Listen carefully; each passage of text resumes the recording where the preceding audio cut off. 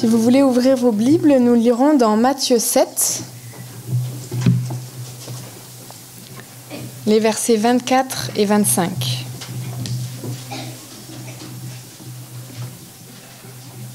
Matthieu 7, 24 et 25. C'est pourquoi quiconque entend ces paroles que je dis et les met en pratique sera semblable à un homme prudent qui a bâti sa maison sur le roc. La pluie est tombée, les torrents sont venus, les vents ont soufflé et se sont jetés contre cette maison. Elle n'est point tombée parce qu'elle était fondée sur le roc.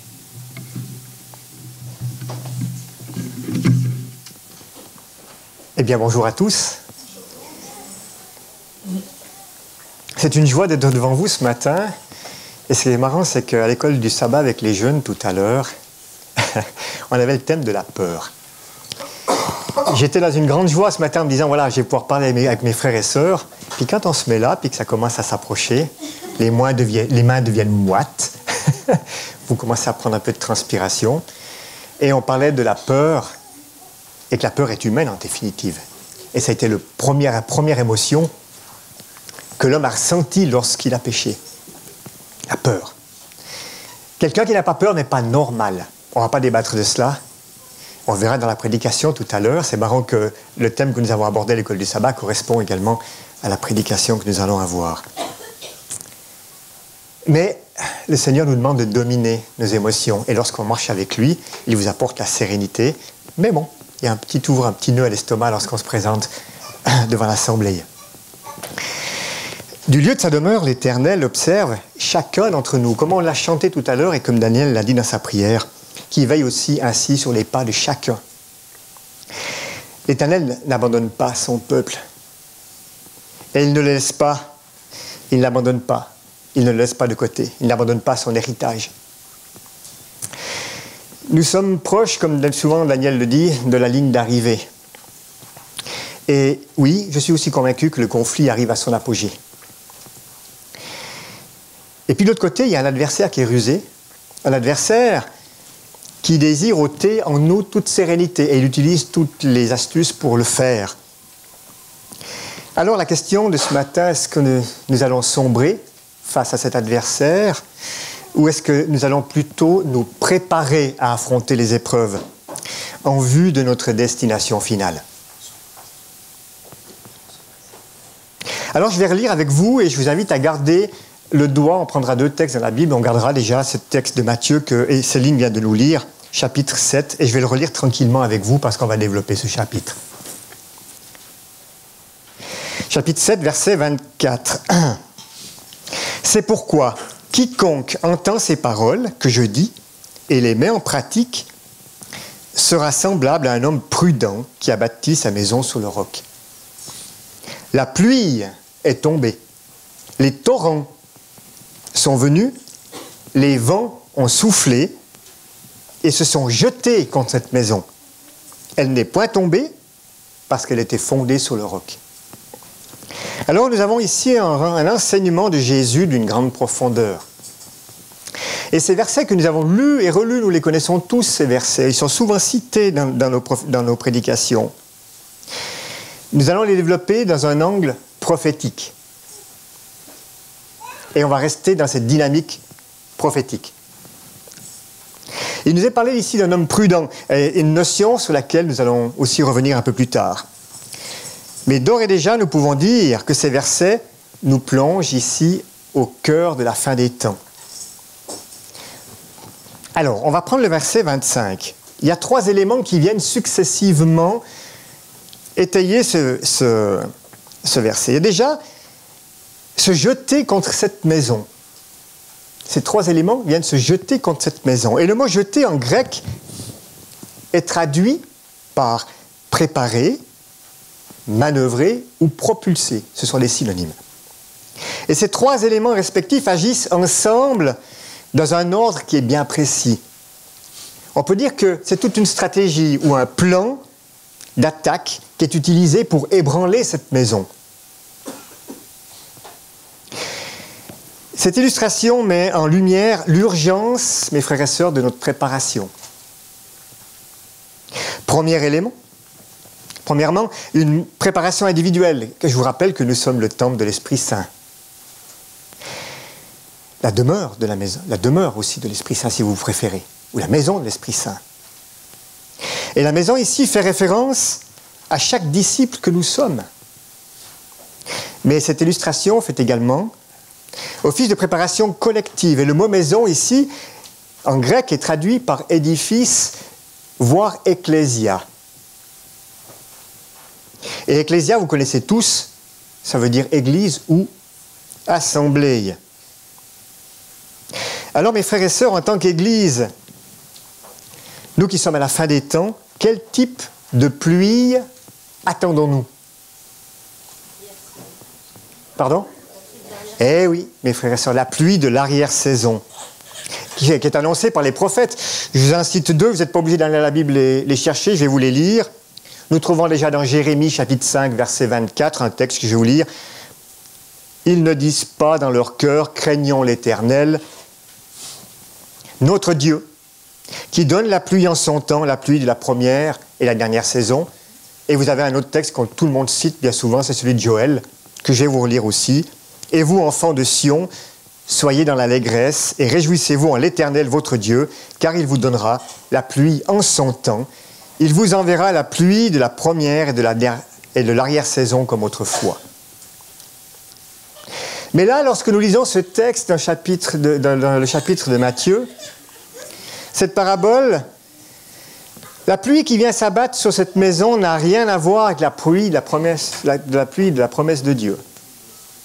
Elle représente symboliquement la contrefaçon du temps de rafraîchissement. Lui qui était promis par le Seigneur à son Église. Alors à nous d'être prudents et de demander au Seigneur un esprit de discernement et d'intelligence pour analyser cette situation. Deuxièmement viennent les torrents. Et le mot grec pour torrent est traduit par cours d'eau, fleuve ou inondation. Et voici que la maison est inondée. Et troisièmement, pour finaliser cette attaque, viennent les vents. Traduit en grec par souffle, ballottement ou encore par agitation. Alors, qu'est-ce que cela peut bien vouloir dire tout cela? Alors nous allons nous poser la question suivante pour comprendre ces textes. Lorsque nous combinons, et vous allez me répondre, lorsque nous combinons la pluie, les eaux, et en l'occurrence tumultueuses, ces eaux, et que nous rajoutions les vents, quel phénomène obtenons-nous? Tempête, une tornade, tout à fait. Oui, mes frères et sœurs, il s'agit bien d'une tempête ou d'une tornade, comme vous voulez. Et rappelez-vous que le mot maison est un synonyme du mot église. La prophétie biblique nous informe que le diable est dans une sombre colère contre l'assemblée de Dieu, ceux qui gardent les commandements de Jésus, son témoignage et sa foi. Et nous connaissons tous cette Église sur terre qui est la cible de choix de cet adversaire. Et cette tempête coordonnée est en train de s'abattre sur cet endroit, sur cette Église. Est-ce que nous sommes réellement vigilants? Alors, la concordance entre l'Ancien Testament et le Nouveau Testament va nous aider à augmenter non seulement la compréhension, mais par-dessus tout notre préparation pour affronter cette tempête. Alors, je vous invite à prendre un petit peu plus loin dans Matthieu, chapitre 8. Chapitre 8 de Matthieu, où il nous a raconté une histoire qui est familière. On va rester dans ces deux chapitres 7 et 8 familières. Et pour laquelle il y eut plusieurs prédications aussi, mais encore une fois, nous allons l'aborder de manière prophétique. Nous restons dans le thème prophétique ce matin. À partir du verset 23, nous lisons ceci, si vous voulez bien. Matthieu 8, verset 23. Il monta dans la barque, et ses disciples le suivirent. Et voici, il s'éleva sur la mer une si grande tempête que la barque était couverte par les flots et lui dormait. Nous avons ici Jésus qui monte dans la barque, suivi de ses disciples. La barque elle a une fonction particulière et doit, dans un premier temps, attirer notre attention. Quelle est l'utilisation d'une barque, en fait? Bien sûr, déjà, la première utilisation, c'est de maintenir à flot ceux qui sont à l'intérieur. Et ensuite, de les amener, si possible, à bon port. Nous sommes bien d'accord. Mais voilà que s'élève sur la mer une grande tempête. Nous sommes toujours dans un contexte prophétique. Vous savez que tous, ici présents, lorsque nous avons étudié le livre d'Apocalypse, que la mer représente les nations, les foules et les peuples irrités. Et celles-ci sont dominées par la prostituée, sur laquelle est inscrit un nom, Mystère Babylone la Grande. Et nous trouvons ça dans l'Apocalypse, je ne vais pas vous citer les textes. Nous parle parallèlement d'une bête qui monte de la mer. L'Apocalypse nous parle également d'une bête qui monte de la mer. Et tout cela sont des détails qui sont intéressants lorsque nous mettions ça en ligne. Et dans cette histoire, la mer fait référence à la surface de juridiction revendiquée par le dragon. Et le mot barque, ici, en grec, est traduit, écoutez bien, par abri, édifice ou encore maison. Et je vous rappelle que le mot maison est synonyme d'église. Donc vous avez tous bien compris le symbolisme dans cette histoire. La barque est cet outil qui a pour objectif de maintenir à flot les disciples qui y sont montés. Cet édifice que lui-même, Jésus a suscité, puisqu'il monta dans la barque et les disciples le suivirent. Jésus est à l'origine de cette église. Et la tempête vient surprendre cette barque avec ses disciples. Et symboliquement, cette tempête a pour objectif d'enrayer la progression de cette église, voir s'il est possible la faire disparaître. Et nous voyons dans ce verset que la barque était couverte par les flots. Alors, oui, on fait une parenthèse dans l'évangile de Marc.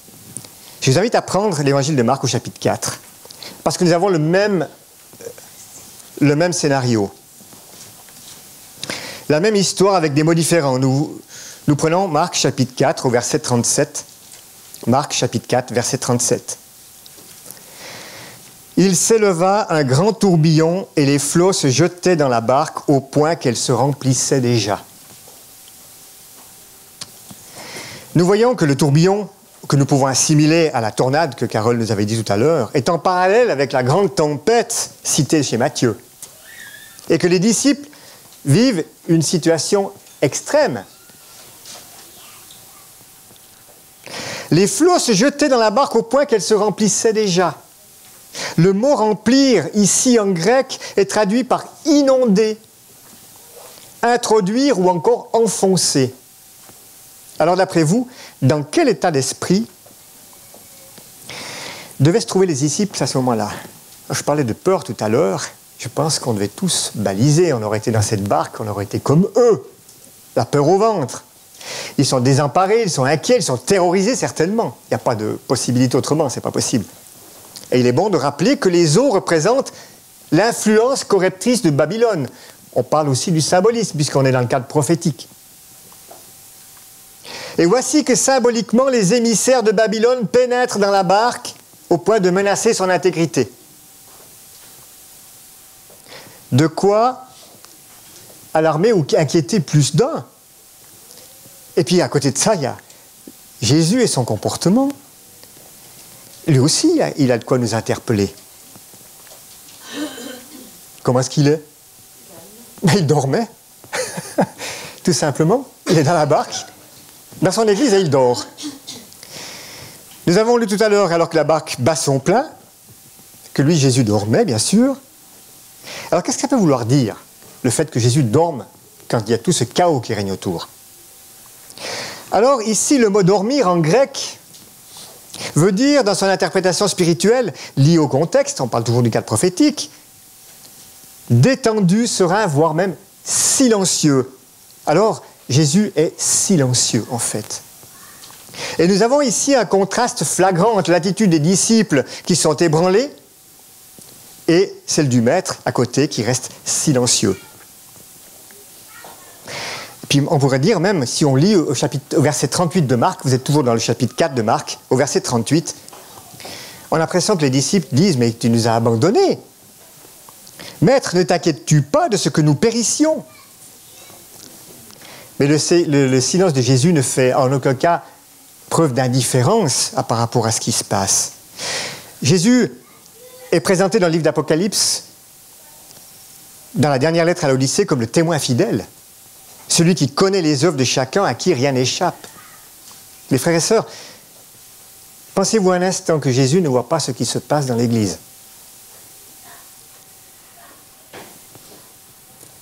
Mais malheureusement, les infiltrations des flots de Babylone dans la barque absorbent beaucoup de notre attention et génèrent aujourd'hui beaucoup, chez les disciples, un sentiment de doute, créant ainsi la confusion à l'intérieur de l'Église, mais également aux yeux du monde. Et je parle de l'Église en général sur cette planète. Et il y a une question fondamentale qui se pose aujourd'hui. Sommes-nous davantage focalisés sur les dégâts opérés par Babylone au sein de notre Église plutôt que la capacité de Jésus à inverser la situation? Où est-ce qu'on regarde? Vers qui on regarde? Aujourd'hui, ce fameux silence du Maître, il ne dort pas, mais ce silence du Maître fait office de test. Et durant ce test, l'heure est venue de sonder les cœurs et les reins de chacun. Voici que le Maître est prêt à sortir de son silence. Et elle s'adresse à chaque disciple au cœur de la tempête, et c'est le titre de cette prédication, au cœur de la tempête. Cette question. Et vous savez quelle question le Dieu Jésus nous pose aujourd'hui? Nous avons une réponse dans le chapitre 8 de Matthieu. On va revenir dans Matthieu chapitre 8, au verset 26. Matthieu chapitre 8, verset 26. Pourquoi avez-vous peur, gens de peu de foi? Cette question a de quoi transpercer chacun de nous. Et puis elle semble même inappropriée dans le contexte. Et je pense que nous aussi, dans de telles circonstances, à vue humaine, on aurait raison de s'inquiéter et d'avoir peur quand on est ballotté de cette manière-là. Et pourtant Jésus leur dit « Pourquoi avez-vous peur, gens de peu de foi ?» Et le mot « peur » ici, tiré du grec, est traduit par affolement, anxiété ou encore mieux, lâcheté. Les disciples sont convaincus que la barque va faire naufrage. Pour eux, la barque sera engloutie par l'abondance des flots tumultueux de la mer. Sommes-nous aujourd'hui dans un même état d'esprit? Devant la croissance, on pourrait dire incessante, des manigances de Babylone dans l'Église de Dieu, sommes-nous prompts à vouloir abandonner cette Église? De baisser les bras ou encore de la critiquer nous-mêmes aux yeux du monde? Rappelons-nous effectivement que les flots sont parvenus à l'intérieur. Le constat, il est bel et bien là. Et Dieu, sans être en faveur de cette situation, le permet tout de même en restant silencieux. Pour le moment. Ceci afin de me permettre de me poser la question suivante. Quel type de disciple suis-je? Comment est-ce que je me comporte au cœur de la tourmente? Alors nous allons faire un bref détour dans le chapitre 24 de l'évangile de Matthieu. Chapitre 24, évangile de Matthieu. On le connaît aussi, ce sont des paroles qu'on revoit souvent. Et nous lisons ensemble le verset, pas ce que vous attendez peut-être, mais le verset 45. Chapitre 24. Au verset 45, Jésus va utiliser une image qui nous montre le contraste entre deux catégories de personnes. De disciples, particulièrement, de disciples. Matthieu, chapitre 24, verset 45, je vous lis. « Quel est donc le serviteur fidèle et prudent que son maître a établi sur les gens pour leur donner la nourriture au temps convenable ?» Là, l'un est appelé serviteur fidèle et prudent, celui qui a bâti sa maison sur le rocher. Et de l'autre, nous avons un autre disciple, et lisons au verset 48, un petit peu plus loin, au verset 48. « Mais si c'est un méchant serviteur qui dit en lui-même « Mon maître tarde à venir », contrairement à ce que nous avons pu penser, les deux serviteurs sont en action. Pardon. Les deux serviteurs sont en action. Et notre attention est portée vers celui qui dit en son cœur « Mon maître tarde à venir. Nous avons ici un homme qui semble attendre le retour de son maître et qui parallèlement s'impatiente. Parce qu'il dit « Mon maître tarde à venir ». Ça veut dire qu'il avait une idée approximative de l'heure à laquelle le maître allait venir. Donc ce mauvais serviteur connaît les Écritures et il connaît symboliquement également la prophétie. Connaître la prophétie biblique s'avère d'une importance capitale. La prophétie nous permet de nous situer dans le temps où nous nous trouvons. Cependant, ici, cette histoire met en relief une subtilité que le diable voudrait utiliser pour nous confondre. Nous avons un homme qui est tellement focalisé sur le chronos, donc sur les signes du temps, qu'il finit par en perdre les points de repère. Et le verset continue en montrant les conséquences de son imprudence. Conséquences que nous lisons au verset 49. Et nous voyons les conséquences de ce mauvais serviteur. Il se met à battre ses compagnons s'il mange et boit avec les ivrognes. Et le mot « battre » ici en grec est traduit par « éliminer »,« attaquer » ou encore « disputer ». Et nous allons regarder ce mot « disputer ». Nous retrouvons ici en finale un disciple enivré, dépassé par les événements, un disciple qui initialement attendait le retour de son maître et qui finalement s'impatiente et se focalise sur la montre. Et de surcroît, il se met à se battre, à se disputer avec ses compagnons.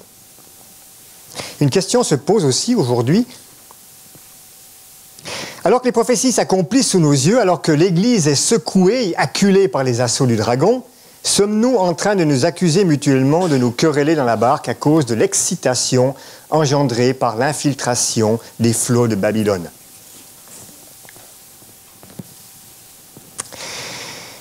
Et la stratégie du dragon reste la même, diviser pour mieux régner.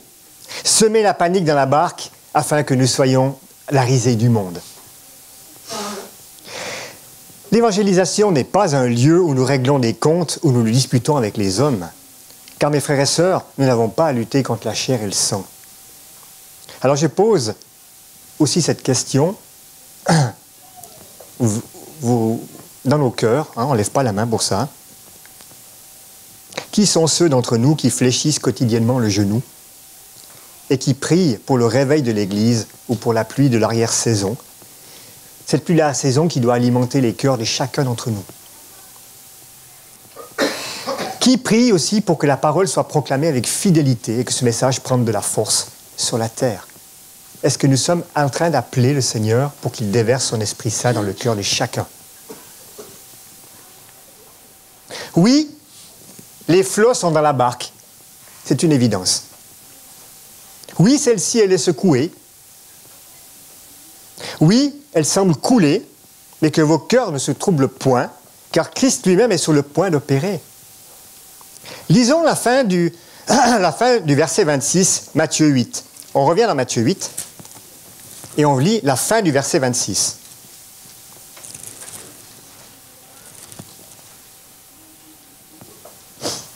Alors, donc on parle de Jésus, il se leva, menaça les vents et la mer, et il y eut un grand calme. Je fais une similitude avec le psaume 65, 7 ou 8, selon les versions, où c'était prophétisé cela aussi. Voici ce que dit le psaume 65 au verset 7 ou 8, selon les versions. « Il apaise le tapage des mers, le tapage de leurs vagues et le grondement des peuples. » De quoi parlons-nous? De quoi parlons-nous à l'instant? De qui parlons-nous? Est-ce qu'on parle du Dieu que Saint Daniel a cité dans sa prière ou les cantiques que nous avons chantés, le Dieu créateur de l'univers, celui qui contrôle chaque atome? C'est le Dieu de la vie, le Dieu qui est mort et qui est ressuscité. On parle de lui. C'était prophétisé, je vous rappelle qu'un des psaumes ont été écrits entre 1400 et 586 avant Jésus-Christ. Et ça, c'est magnifique. Magnifique parce que tout ce qu'on vit est écrit. Et lorsque Jésus ouvre la bouche, voici qu'il y a un grand calme. Et le grand calme est tellement traduit par profonde quiétude. Ça vient du grec, mot calme, traduit par profonde quiétude. Et ceci en dépit des difficultés que traverse l'Église, celle qui garde les commandements de Dieu et la foi de Jésus.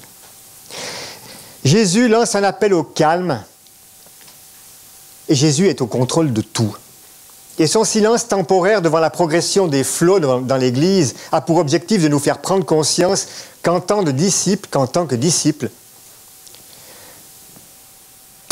le temps est venu de faire table rase de nos différends, tout comme les disciples dans la chambre haute, afin de réclamer ensemble la véritable effusion de l'Esprit Saint.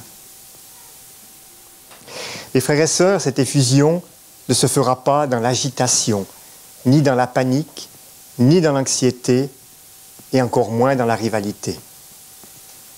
Tous ces sentiments doivent disparaître. Le diable est en train de nous faire négliger la véritable préparation sans même que nous nous en rendions compte. Et personnellement, je suis bien souvent un de ceux qui se focalisent plus sur les événements qui se passent dans le monde. Et finalement, je prends des fois moins de temps à lire la parole de Dieu ou à écouter les promesses du Seigneur. Et je ne dis pas qu'il ne faut pas s'intéresser aux actualités, loin de là. Mais quelle part occupe-t-elle dans mon temps libre?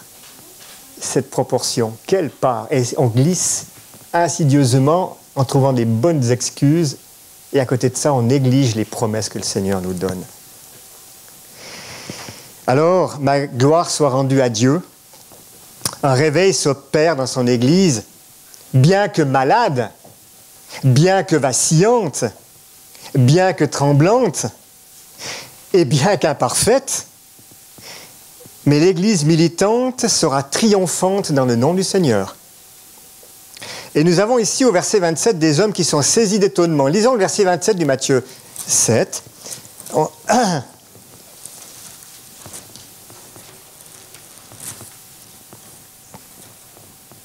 Non, c'est pas Matthieu 7, c'est Matthieu 8, pardon. Je me suis trompé. Matthieu 8, pardonnez-moi. Ces hommes furent très étonnés et dirent « Quel genre d'homme est-ce? Même les vents et la mer lui obéissent. » Et voici là l'authentification du Christ en tant que créateur, celui qui contrôle les éléments, le Dieu du psaume 65, celui qui peut contrer toutes les ruses de l'adversaire. Le mot étonnement ici en grec est traduit par admiration, par adoration. Un appel au calme est lancé par Jésus à l'Église de Dieu à tourner nos regards vers lui, vers le Créateur, et à porter notre admiration et notre adoration. Alors qu'en parallèle, le monde entier s'apprête à être dans l'admiration, qui est le même mot utilisé dans le livre de l'Apocalypse chapitre 13, mais l'adoration à la bête.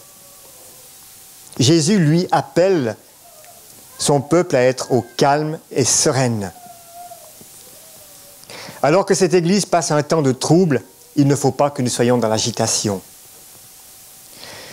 Ne jetons pas le discrédit sur l'Église de Dieu.